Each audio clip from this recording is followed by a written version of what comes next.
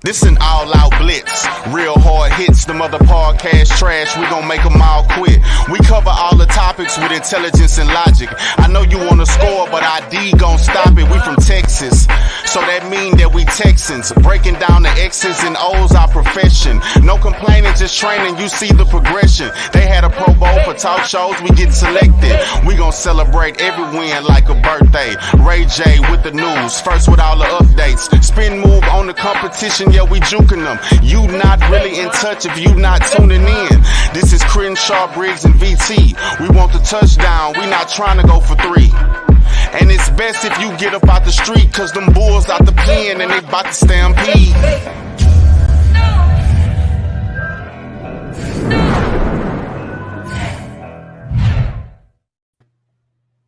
Hey everyone, and welcome back to the Texans Fan Battle Podcast, brought to you by Fan Battle Sports.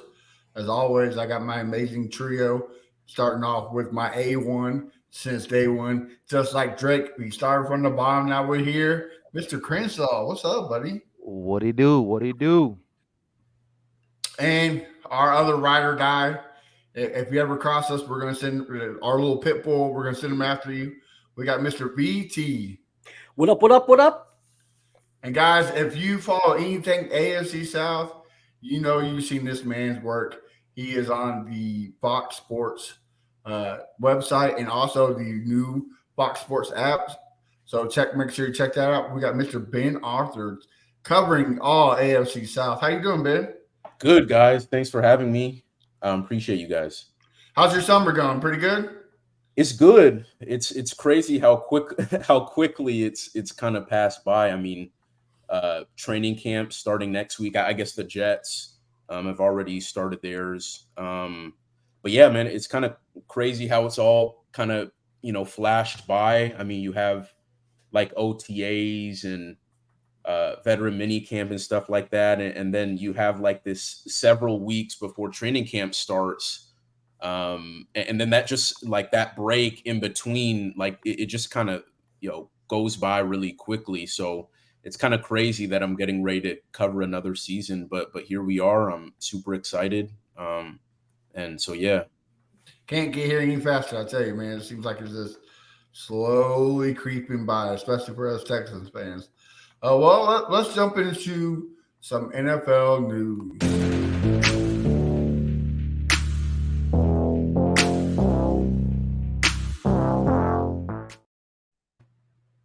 Well, let's talk about the big one. The NFL owners get this man out of here. We want nothing to do with Dan Snyder, even after being fined, I think, like $11 million for holding a whole bunch of secrets and whatnot.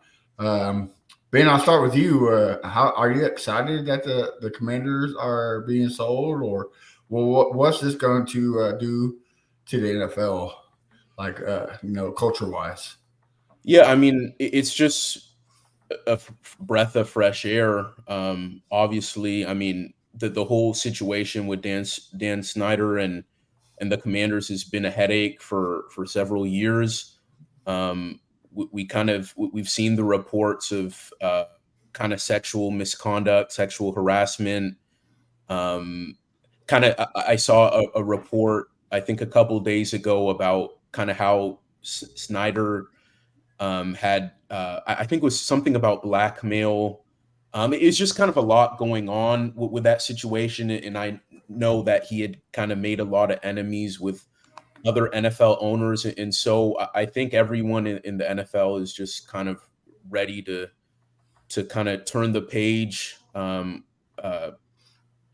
fresh start, a new chapter. This is a very proud franchise that's kind of had this mess swirling for the last several years. And so I know a lot of people in the DC, DMV area and whatnot are kind of excited to kind of move forward, like not just those people, but just the NFL in general, just because of all the dysfunction that has kind of gone on with that franchise and the reports that have come out about that franchise. And so, yeah, I mean, it's going to be kind of a new day for the Commanders, and hopefully for their sake, they can kind of reclaim kind of the success that they've had in the past, and they've had some iconic players there, and had some good teams, and hopefully this new ownership group led by Josh Harris, I believe he's involved with the 76ers and whatnot, and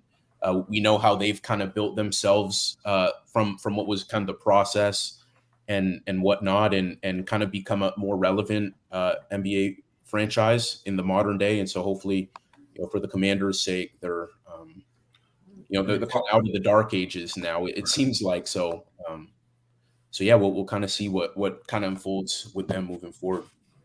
Chris, speak to me. What's your take? I mean, like I say, I'm glad it's over. I mean, this guy been in the news since they want to change the name. It's been a mess. I mean, I don't understand why these rich guys feel like they're entitled. They could do what they want to do to women. It happened on the plane, right? Is that correct? It was on the plane. That was one of the reports. One of the reports, yeah. I don't understand why they want to be entitled. You want to be freaky? Just have them sign the NDA. Do your thing, man. You got to do it just because I got money and everything. But I'm hoping that this new guy, bring them back, because I like the Redskins, because of Doug, won Super Bowl and everything. So, but that's about it, man. As many of our viewers are watching, they know my dad's passed away Saturday. He's a big Cowboys fan. So that the only bad thing about my dad passing is that I have to now cheer for the Cowboys every now and then. So that hurts me a little bit because I can't stand the Cowboys. BT, what's your take on this? I think it's a blessing that he's out of the NFL. The dude, they actually fined him $60 million because he hid $11 million from the other teams. You could do a lot of things, and NFL owners will stick up for you, but if you take their money, they're coming down for you hard. And they basically slapped them around with the $60 million fine. He was found that he actually hid information from Mary Jo White, which was the investigator that has been investigating these things in the NFL. Yes, he committed sexual assault more than once. He actually took the passport. So he flew cheerleaders down, took their passports away so they couldn't leave when they wanted to. I mean, to me, that's kind of kidnapping. I mean, honestly, you could even make an argument for sexual trafficking at that point. So, I mean, the dude is just gross. Not to mention what he did to all the fans of the Washington Commanders. I mean, the name is horrible. He had the chance to get the Admirals. He could have gotten the Red Hogs. He just had to spend some money. We're talking like $2 to $5 million. We're not even talking a ton of money here. He could have gotten the Admirals for $2 million, and you got Commanders. What Washington fan wants to be called the Commanders? Because you know what I call them? Commies. And they will always be known as the Commies. They have to change his name. I know that was a message, but one of the things that this guy, Josh Harris, has to do is change the name. It's horrible. I hate it. I can't stand it. I mean, you can go back to the Redskins. All I got to do is change the logo to a red potato. I mean, just saying. You're just saying. Well, let's move on. Ben, are you excited that the NFL is doing Hard Knocks with the Jets? Yeah, I mean, it's gonna. I mean, you had to do it with the Jets, right? I mean, because of everything that's kind of gone on with them, and Aaron Rodgers coming in, and just what that team is in itself, and we know kind of the young talent they have now, like with Sauce Gardner and Garrett Wilson, and they have these kind of big personalities, and with Aaron Rodgers coming into that, I mean, it was a no-brainer. I know the Jets didn't want to do it, and I get it, right? Like, that's kind of a distraction, having cameras everywhere. And so how do you feel that they said that it will not allow NFL films to record the cuts? What's your thoughts on that? I didn't see what particular those limitations were. I didn't see those reports. But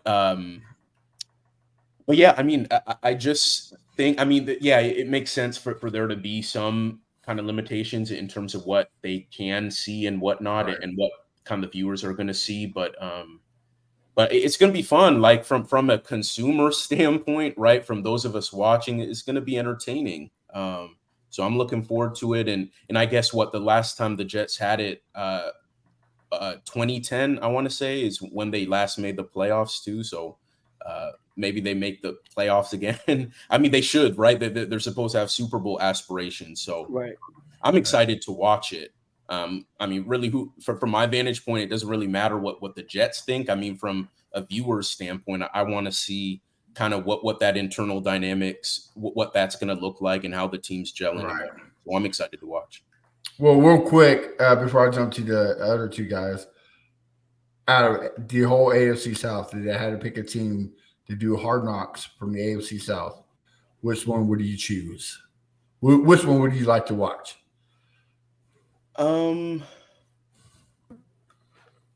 Well, I would say the Jaguars. Okay. Yeah, I mean, they're clearly the best team, but I don't know. I just really like the personalities on that team, and having been around them, interviewing some of the guys, and being around some of the coaches, I just think it would be really entertaining too. And I know that they're a very close team, and obviously having a guy like Trevor Lawrence, who's become what he's become, and kind of seeing how he's kind of seeing the game, and his relationship with Doug Peterson, and Josh Allen, one of their top edge guys. Like, he's one of the best quotes like in the NFL, like in my experience of guys I've talked to one-on-one. Like, he is as open as they come. And so I think he would be great in that setting too. Evan Ingram. I mean, I think it'd be really, really entertaining. I don't know how interesting the Titans would be, just because I know how Mike Vrabel runs the ship, and kind of Patriots-esque type culture. I just don't really see that being all that interesting. The Colts, I mean, you don't really know what you're getting there. I think Anthony Richardson is a really fascinating personality. So, I mean, that could be somewhat interesting. But off top, I mean, I'd have to say Jaguars. I wouldn't do a Hard Knocks off of any of the AFC South teams, but if you're asking me to choose one, the Jaguars would definitely be number one. Yeah, especially with Dewey Winger, the stuff that comes out of his mouth. I mean, that can make a whole episode by itself, right? I mean, it's always the Jags, or just the crazy lines he comes up with. BT, I'll start with you. What do you think about the whole not recording the cuts? I think that the NFL Films and the NFL will probably change the rules later on to require that the team that is doing Hard Knocks has to allow the cameras to be in there. I think it does change it dramatically for the viewer. You get an emotional attachment to some of these players when you watch, and you know it's pulling on heartstrings when you're seeing the before and after and during, the guys working out during camp, and then them sitting there and then being told why they're being cut. Some of them want to call their grandmother, their mother. Some of them, almost sit down and cry. I mean, this is TV that's made for drama. That's the whole reason why fans want to watch it. And if you take a big part of that away, which is a guy essentially losing his big shot, right? This is the biggest shot that you can have, is being in the NFL, and you're witnessing the guy losing that shot. That's as big of a moment as you can get on Hard Knocks, and they're taking that away. I think that's a big mistake. I think that the Jets are going to lead the NFL, or NFL Films particularly, to making new rules, and it's going to make more restrictions on other teams on sometimes there may be valid reasons why maybe a particular player shouldn't be filmed, right? But now I don't think they'll have any judgment. I think they'll change the rules, and it's going to be actually worse. I think the Jets made a big mistake. Crenshaw, what about you, brother? I'm not a Hard Knocks guy. I only watched the first one with the Cowboys, and of course I watched our Hard Knocks, but I'm not really a big Hard Knocks guy, so whatever's getting cut out, I'm not familiar with it. But I feel like the Jets was the right team, because you got Aaron Rodgers over there. I need to see. Maybe I'll look this year to see if Sauce Walker holds in practice like he holds in games and everything. That guy gets away with murder with that stuff right there. But I mean, it's a fascinating team. I like the coach. I like the fans. They're real passionate and everything. So I give it a look or two. But like I said, I'm not a Hard Knocks guy. Right. I'm not the quarterbacks guy, but y'all said the show was good. I started watching. I like that show. That's a pretty good show. You need to watch that like ASAP. Yeah, I mean, that's I pretty- watched it. I'm on episode 6. It's pretty good. Oh, okay, good. All right. Well, other news: Vikings rookie Jordan Addison charged for speeding and reckless driving last night. I mean, he wasn't under the influence or anything, but you think this is going to be a big issue for the Vikings and Jordan Addison moving forward, or is it going to be a slap on the wrist? Well, let's hope it doesn't become an issue, like for his sake, right? And in terms of, and by that I mean repeated incidents of doing stupid stuff, right? Because if it's just this kind of one thing, obviously a big mistake, but if he kind of gets his head on straight moving forward, I mean that's fine. But yeah, I mean it's kind of bonehead thing. I mean we've seen the reports that have come out about Georgia players. In terms of speeding, we know the unfortunate situation that happened with Henry Ruggs a couple years ago in Vegas, killing the young woman and her dog. And so we see so many examples of this kind of turning out badly. And for a guy who just got into the league, hasn't even gotten into his first training camp practice yet, and to have a situation like that is really unfortunate. But like I said, like, let's just hope that it's not kind of a pattern and it's just kind of a one-off mistake for his sake and for the Vikings' sake, because he is a talent. I think him and Justin Jefferson together could be a really cool tandem in Minnesota for that community to rally around. So that's what I have to say on that. All right. BT? I think this is not just a small thing, because the dude was doing 140 miles an hour. This is not some dude that just was speeding, 75 miles an hour in a 55, which is normal. 140 miles an hour. I mean, even if you see anything, you can't do anything. I mean, this is just because he wasn't drinking doesn't mean it's not serious. Landry Locker was saying that he should get suspended, and I completely 100% agree. This is reckless driving. This is a guy that needs to be taught a lesson before he does something worse, because this is definitely the start of a career where he's like, oh, nothing's going to happen to me. I'm an NFL player. All I got was a fine. I make enough money. Who cares? No, he needs to actually pay the price. And for them, it's not, and for players, it's not just hitting their wallet, which is, being suspended. So you're losing the salary for those games, but it's also the fact that you're not on the field and you can't show what you can do. So you potentially could lose your job, meaning that you could be benched. And I think that needs to be a bigger deal. Going 140 miles an hour in a Lambo just because you bought a Lambo is fucking stupid. Like, this cannot happen. I think people are glossing over it. All right. Crenshaw, what do you think? Well, see, that's what happened when you get money. You do stupid shit, and like Ben said, you just saw what happened to Henry Ruggs. So why would you go out and do the same shit? I think he should be suspended. And I think they should suspend his license as well. He don't need to be out there fucking driving. I don't think I ever drove 140 in my fucking life. So why the fuck you driving 140 in a 55, man? I'm lucky that he didn't hurt himself or somebody else. But I hope Minnesota really, really, make an example out of him, man. And I hope and JJ talk to him too. Like, hey, man, bro, chill out, bro. Like we don't need that, man. We don't need that, man. We don't need that type of distraction. Training camp starting. So instead of talking about practice, they're gonna talk about this fucking guy next week. So hopefully he learns from it. And that's all I gotta say. All right. Well, moving on to another thing. Hendon Hooker placed on NFI. I know a lot of Titans fans want him, of course, because he is the Tennessee Volunteer standout. Ben, you think he makes the season before the season start, or it really doesn't matter because it's I can't even think his name. Jared Goff. There you go. Jared Goff's job to lose. What do you think? I mean, it is. I mean, it's still Jared Goff's team, and Hendon Hooker was drafted in the third round, and everyone kind of knew that this rookie season would be somewhat of a red shirt type of year just because of the injury he's coming off of. So I don't think there's really at this point any sort of serious threat to Goff's security as the starter, and he played really well last year. I don't think enough people really talk about how much he was balling last season. I mean, top 8 easily, right? I mean, like with the season he had, and the Lions kind of becoming a darling of the league, he was a big reason for that. So I'm a big, Hendon Hooker guy. I actually got to talk with him at his pro day, and has a good head on his shoulders, and I think he could be a really good pro, but it's gonna take some time, and it's not.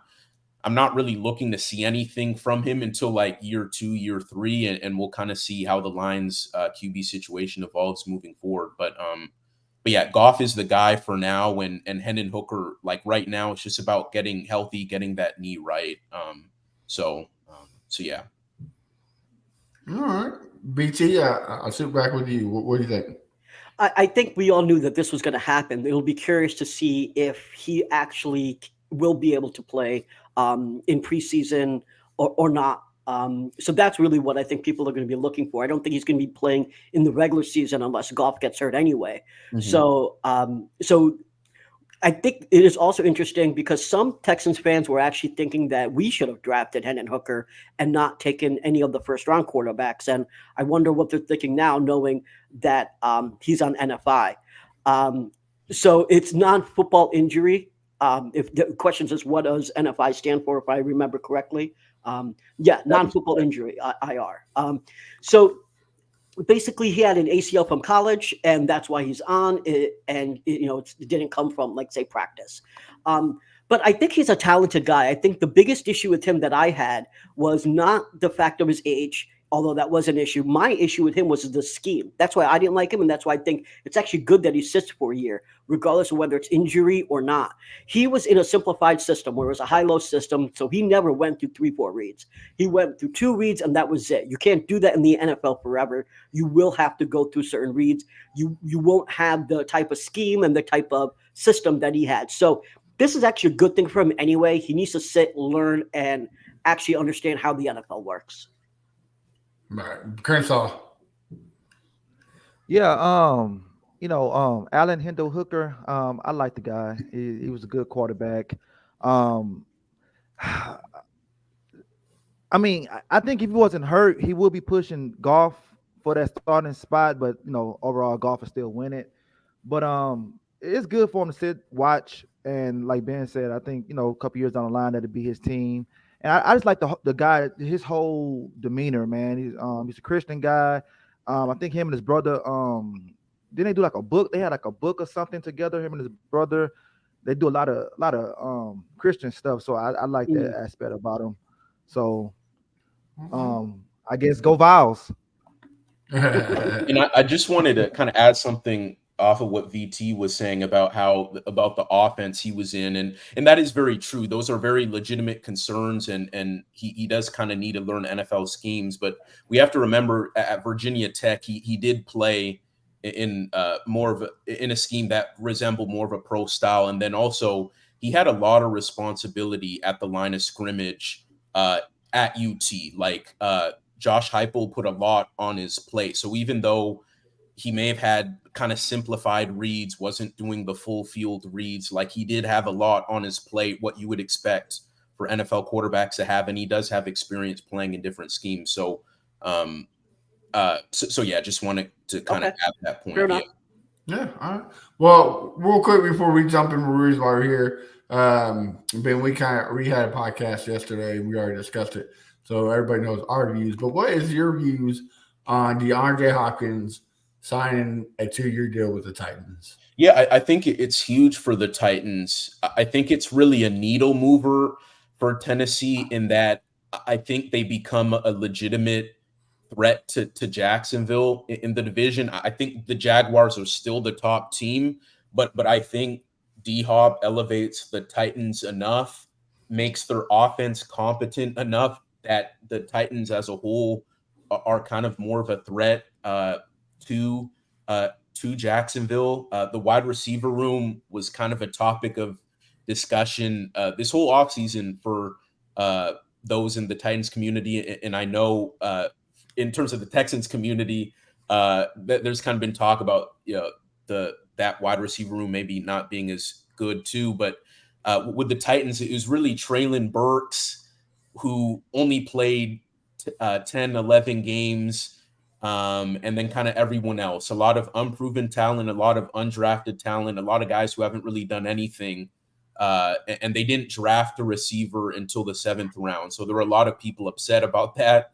And so to get a guy of DeAndre Hopkins' caliber to pair with Treylon Burks, who should be much better in year 2, I think that's a really strong receiver tandem, assuming Burks takes those steps and kind of stays healthy. You have those two, and you have a really good rising tight end in Chigakonkwo. You obviously have Derrick Henry in the backfield. They have a nice little group of skill guys to work with that I think gives it makes this offense respectable enough. And this is a Titans defense that is still very strong. You take those two factors together, and I think Mike Vrabel is a top 5 coach in the league in terms of maximizing whatever the heck he has on the field. Like, we've seen him with some bad rosters in terms of talent and being able to drag those teams to winning records. And so I really like their chances in terms of threatening the Jags in the AFC South. I think they're competitive. Like I said, I think the Jags are still the top team, but I think the Titans will give them a run for their money, and I would not be surprised to see them, get 9 wins, possibly even 10. I truly believe that. All right.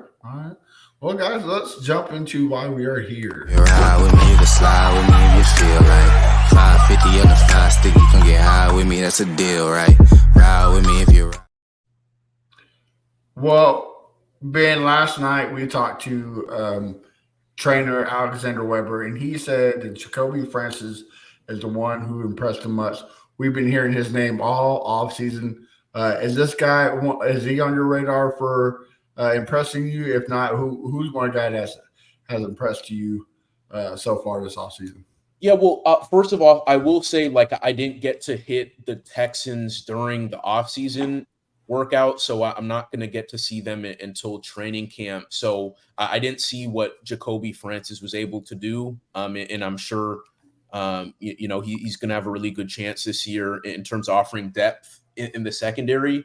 But I'm really high on Tank Dell, honestly, and I know he's a guy that people talk about a lot, but you look at this wide receiver room, and kind of like what I was saying earlier in terms of the D-Hop talk, the Texans also have a wide receiver room that you don't really look at it as a threat, right? Like, you don't really know what you have left in Robert Woods. John Mechie is coming off of a year he had leukemia, and so you're not really sure what you're going to get from him. And so whatever Tank Dell can give the Texans is going to be huge. And we know he's a shifty guy in terms of getting in and out of breaks.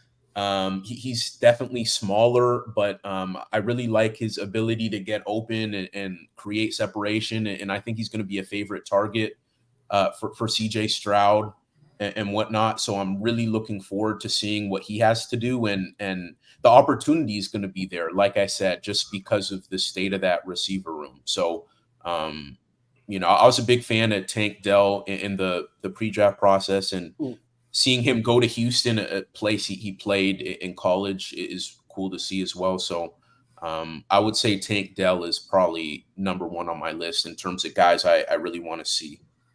Well, hopefully he can be like Hakeem was to the Rockets and just be amazing from Houston to Houston. BT, what's your thoughts?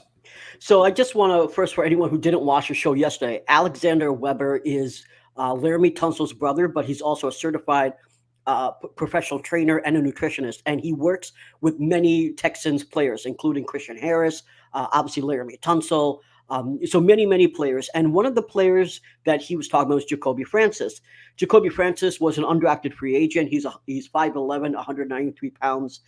He was signed from the University of Memphis in 2022. So those are like the quick facts about him. Now, we have heard reports about him that he's made plays. In the beginning of camp, Steven Nelson was not showing up. There right now, in case people are unaware, Steven Nelson recently changed his management to David Mulligetta, and he's been trying to get a new contract. And he's been tweeting all sorts of weird stuff that I'm not going to get into right now. 4 weeks, and there is some sort of question whether or not he's going to report to camp. And the reason why Jacoby Francis is an important name to remember is that if Steven Nelson does not find himself on this roster, meaning that we trade him or we release him because of his attitude or because he requested or whatever reason, that Jacoby Francis may have that opportunity to prove himself very, very quickly. Last year, he played in several games, but he only played on special teams, and we only had like one tackle. So he really didn't do anything last year for the Texans. But according to Alexander Weber, and the same thing what he said he told Stingley is, you last year, you just kind of be a sponge, learn everything. The second year is when you can make an impact. And so if Steven Nelson is not in the squad, we could see Jacoby Francis out there as an outside corner. So it's just a name to remember. I do think that he's going to compete with Shaquille Griffin and others. I think, if Steven Nelson goes, even though Desmond King works better on the inside, they could, put Desmond King there. So I think that it's just a name that if Steven Nelson's gone, and if you're worried about who's going to replace him, Jacoby Francis very well may be that guy, and he's young. So it's not like even if Steven Nelson stays here, he's gone after this year. So Jacoby Francis, he's young, he's going to be here, and if he's good, he'll be here for a while. So BT made a good point, Crenshaw, if Nelson's gone, but Stingley so far in his NFL career and his college career, he does have the injury bug, so we could see him taking over for Stingley. Crenshaw, what's your thoughts? We know you hate Stingley, so I mean. No. Before I say that, I'm gonna ask Ben a question. So, if the Texans would have signed D-Hop, how would you view this team and this wide receiver group? If the Texans signed D-Hop, yes. That's interesting because they have Robert Woods too, and then you have two kind of receiver. Robert Woods is like 30. You have two 30-year-olds, yeah. Yeah, 2 30-year-old receivers who are supposed to be your top guys. I wouldn't view it, honestly, as optimistically as I look at the Titans. He would certainly make them a lot better, and the return to Houston, that would be great and all. But, it would be much better. D-Hop, I think, still has a lot left in the tank, and we talked about Tank Dell and whatnot. But I think just in terms of where the Titans are at and what they needed, he moves the needle enough for them to compete with Jacksonville. Like with the Texans, like they're I don't know what you guys think, but like from my vantage point, like they're not going to compete for the division this year. Maybe 2024, like they have a lot of good young talent. But I just don't see it in this upcoming season. And so that's why I think it made more sense for him to go to kind of Tennessee than to come back to Houston because of how he moves the needle. And Tennessee is now in a position where they're competitive for a playoff spot. And if D-Hop went back to Houston, I still wouldn't say that they're a playoff team. And so that's kind of how I would answer that question. Okay. Let me just say, because I mean, most people know how I feel about this, but I just I had to rebut this. So I actually do not find Tennessee to be that great right now. I think their line is terrible. And so when, yes, D-Hop went to Tennessee, but that line didn't get any better. And they lost their right tackle, who was really the only decent piece on that line. Dillard is basically, in my opinion, trash. I mean, he's not a starter left tackle, in my opinion. So D-Hop is a good talent. Don't get me wrong. He's a great talent. I'm wearing his freaking jersey, and I got another jersey over there. Love D-Hop.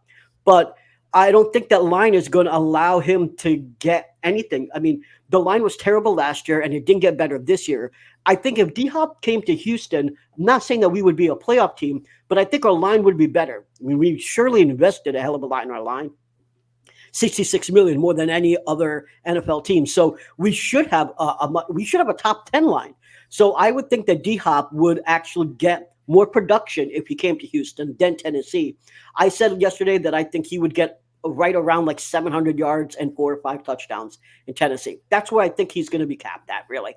I think if he came to Houston, he's a 1,000-yard receiver. Not saying that we were a playoff team, but he would get his 1,000 yards and probably 7 TDs or so. So better than Tennessee. But Tennessee, I understand that, you have Derrick Henry, but he's aging. He's almost 30 years old. You've got Ryan Tannehill, but he's 35. You got a line that destroyed Ryan Tannehill last year, and you got a line that helped lead to the most fumbles from a running back in the league with Derrick Henry. So I'm not that high on the Titans, but I do think if Hopkins came to Houston, we would have been a better team. Yeah, I mean, I'll since we're already talking about, I'll kind of piggyback on BT. It all depends on the Ryan Tannehill you get, right? Like if you get the healthy and consistent Tannehill, then I agree with Ben. I think he does move the needle a little bit. But if you get the Ryan Tannehill that's inconsistent and still playing off that injury, I think it's going to be a rough year for the Titans. It all depends on Mr. Ryan Tannehill. Well, BT, I'm glad you were talking about the line. Madden ratings came out for the left tackles, and Larry Tunsil rated the 4th best tackle with a 95. I mean, there's a sleeper on that board. Ben, what do you think? You think that's about right, or should you be higher? Yeah, no, I think that's about right. I mean, I'd say anywhere from like top 3 to top 5 is where Tunsil is at. Phenomenal left tackle. I mean, I'd still put guys like Trent Williams ahead of him, and like Lane Johnson. Those are probably the 2 guys I would definitively put ahead of him. I'm trying to think of who else. Who is the 3rd guy rated ahead of him? I think Nick Martin. Yeah, Nick Martin. Okay. Yeah, I think for me, I mean, at least Lane and Trent would I'd probably put above Laramie Tunsil, but that's about right. I mean, regardless, he's elite, right? He's well deserving of that bag he got this offseason to make him the highest paid O lineman ever. He's gonna be great for CJ Stroud, like to have a left that's what you need, as a right? rookie, like right. That's what you need, right? Yeah. But I'd say that's about right. And he also, I don't know if you saw this, but Tunsil also went on Adam Schefter's podcast and he said, "Don't sleep on us, man. We got some talent on the team." What do you think? Do you think people are sleeping on us, or it's about right? Yeah, no, I do, and I think I kind of touched on it a little bit, but right. Houston does have a lot of young talent, and I actually just did like a story ranking like the AFC South teams by position group, and the Jags obviously had the most kind of wins per position, but I think the Texans may have been second or tied with the Titans. I mean, because their secondary, I think, could be elite. Like could probably be the best in the division, right? Yeah. I think. I mean, if Stingley can stay on the field and he kind of makes those steps, and like VT was saying earlier, Steven Nelson's situation is kind of fluid, but yeah, that could be such a good unit. Jalen Petrie, I think, is an all-pro talent.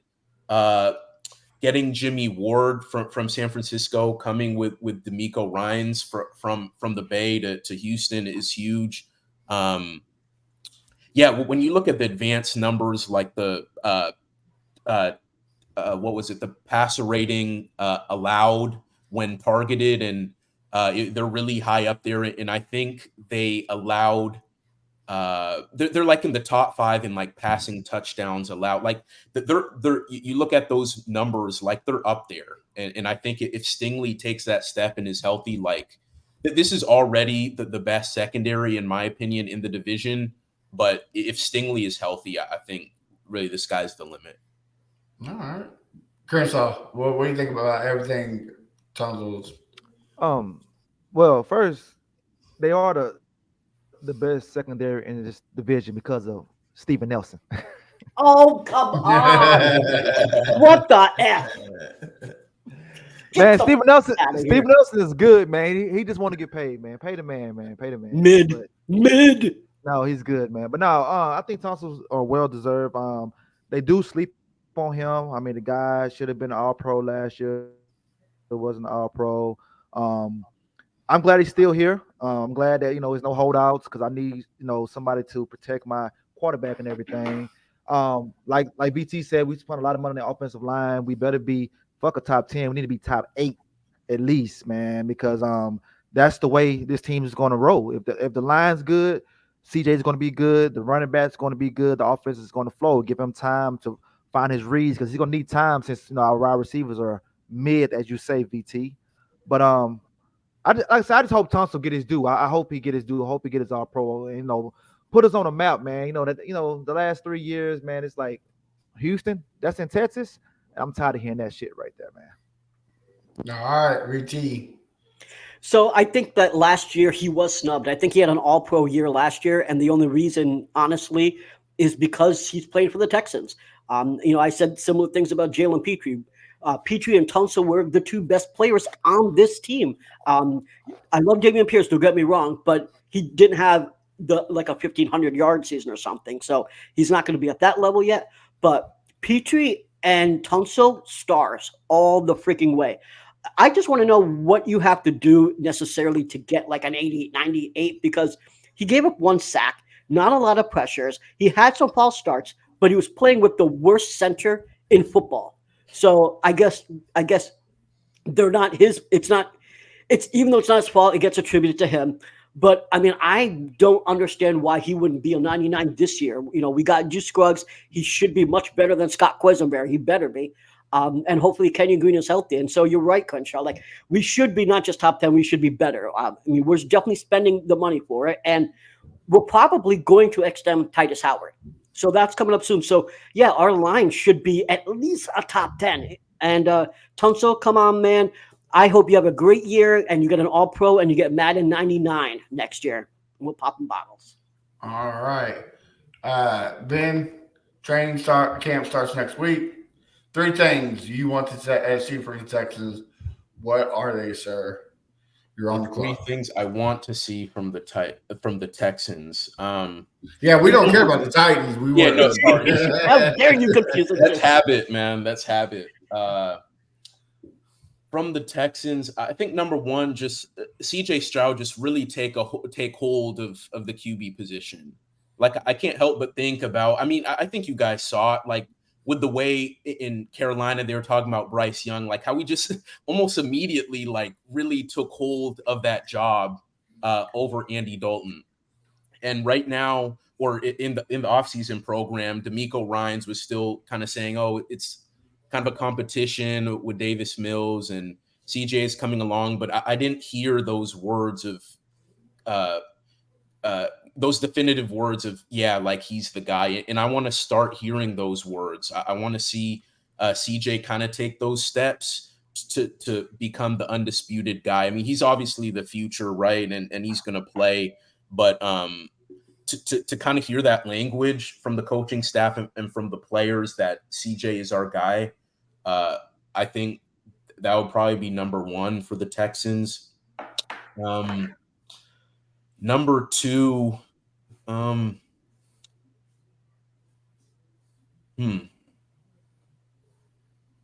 caught you off guard, didn't we?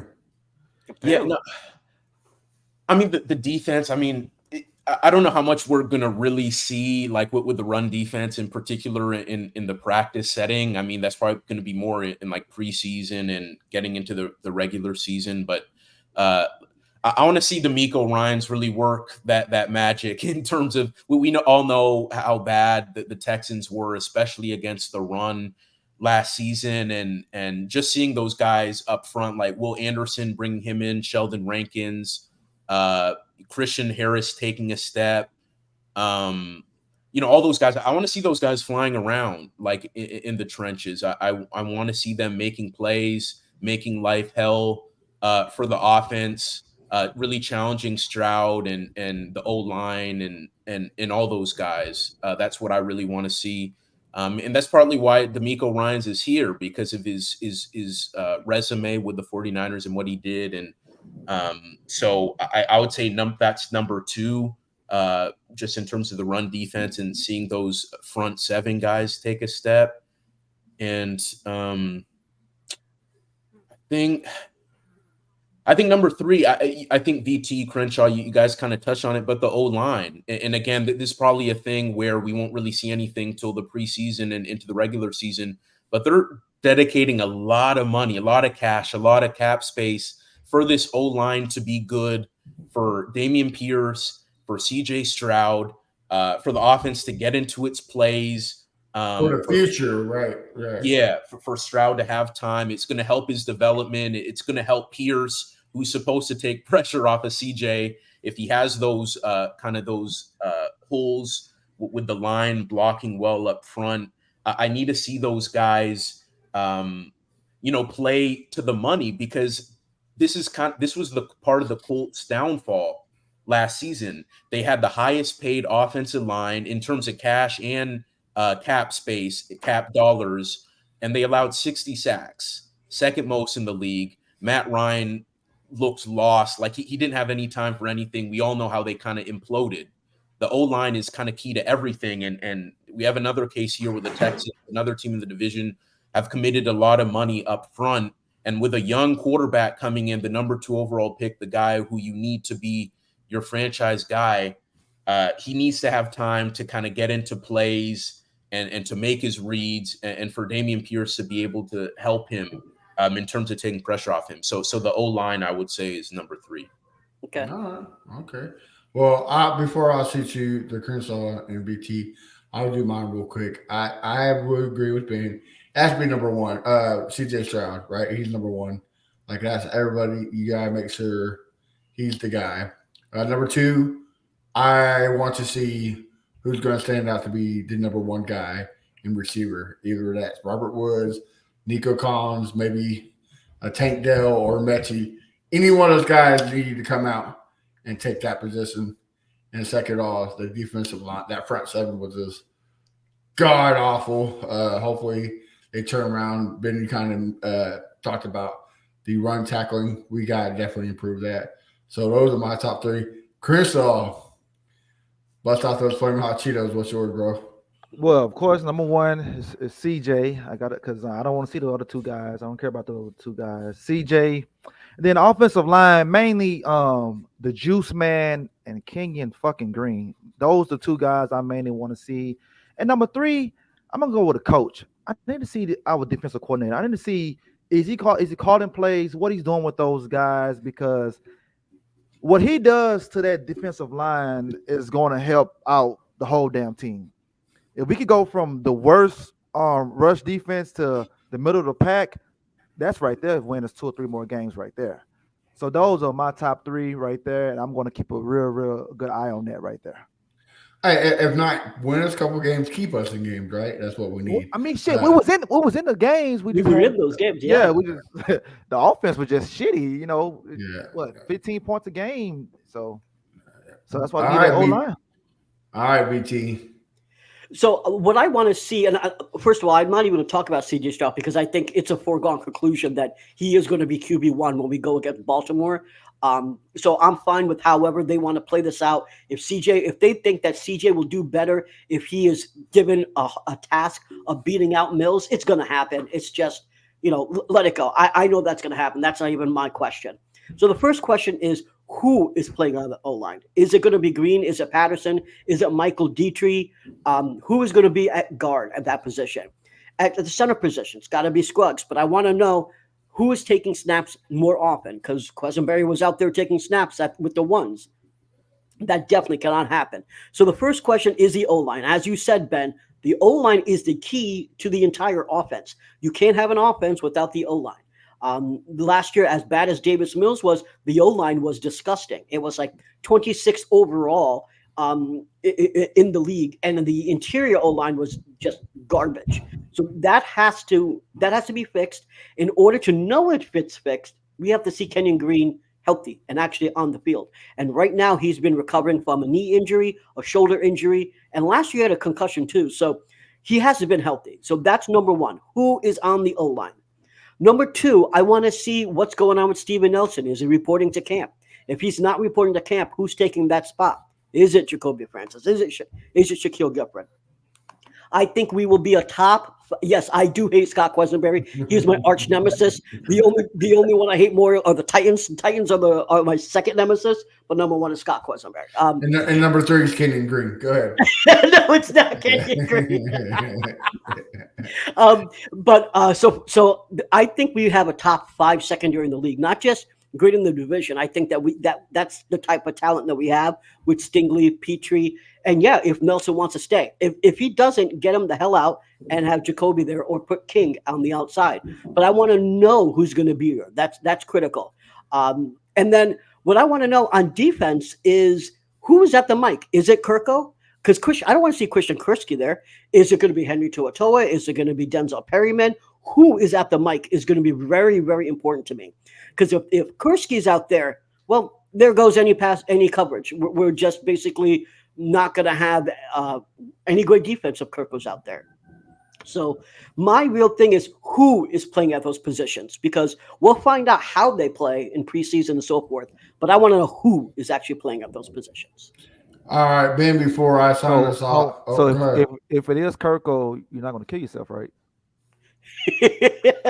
No, but I'm going to slap some dudes at NRG. I'll tell you that. Just make it show. Nick Casare's going to get a little bit of spanking. Pause. Big pause. Ben, before we sign off, is there any rebuttals or comments to me, VTs, and Crenshaw's 3 things we need to see? No, I think between the 4 of us, we kind of hit everything of what's important. CJ, the O-line, like Kenyon Green. Kenyon Green is a big part of this, right? First round pick last year, had a bad year. Got injured in training camp, or it wasn't really fully. He missed a lot of time, a valuable time for reps, and then this year has missed the entire offseason program. And so him taking a step is going to be really important for the O-line, because I mean, you're set at left tackle with Tunsil. Juice Scruggs, as you guys have said, should be the center as a 2nd round pick. Tytus Howard is a good right tackle. Shaq Mason, I think, really improves their run game in particular. And he doesn't have a defensive coordinator calling plays, so that should help him. Yeah. So I think Kenyon Green is the X factor on the O-line. I mean, I think, I'll kind of leave it at that. But yeah, I think we kind of hit everything. All right. Well, in the wise words of my boy Crenshaw, this is the worst part because it's the end. Ben, we know we can find you on foxsports.com and the new Fox Sports app. Tell us where we can find you on social media and all the great things you have coming so we can keep an eye out. Yeah. First of all, thank you guys for having me. You can find me on Twitter at Ben Y. Arthur, like just one word. And same handle on Instagram as well. And on Threads too. I mean, I guess that's something we're doing now. So I'm on Thread, same handle, Ben Y. Arthur, one word. And yeah. All right. Well, yeah, we appreciate you coming on, Ben. It's always an honor. We need to get you on here during the season so we can backtrack and see the progress of these guys. BT, tell us where we can find you. You can find me at Brown Chubby Bear on Twitter. I'm also on Threads. So yes, that is a thing that we're doing. Hopefully Threads actually takes off. It's been kind of weak the last couple of days, but that's another story. So yeah, you can find me at Brown Chubby Bear. I'm on Twitter Spaces a lot. There's been some dead time, but I'm back on Spaces, so come join me. We love arguing. And I love to argue with you. You can find my articles at Fan Battle Sports, and you can find the audio podcast on every single channel. If you're only watching us on Facebook or Twitter or YouTube, you're missing the podcast that I do with Leo, which is Texans Fan Battle After Hours. And this last episode, we talked about running backs. We talked about DeAndre Hopkins. And it's basically 2 guys with very different views that just ramble on for an hour straight. But it's a pretty decent listen. So check it out. Guys, don't get that confused with with OnlyFans, because it's not OnlyFans. All right. Now, speaking of OnlyFans, Crenshaw, tell us where we can find you at. Yeah, you can find me at Fifth Ward Crenshaw. I'm not on Threads, but like I told Ben earlier, I love his Threads. The boy got the Crenshaw shirt. Show the viewers, please. Show the viewers. Represent. I love it. All right, guys. You can find me at A1 Day One Texans, and you find this podcast, like BT said, on every major platform and every social media link, Threads, everywhere, all except OnlyFans. You cannot find us on OnlyFans. Thank God. Not yet, because they right, not yet. When we start memberships, they maybe make you good will. money. Though. Yeah, they make good money on OnlyFans. Yeah. Hey, if that's what gets us out of here, Coming soon. But guys, you have a wonderful week, and we will see you next time. Peace. Training camp next Wednesday. This is Crenshaw, Briggs, and VT. We want the touchdown. We not trying to go for 3.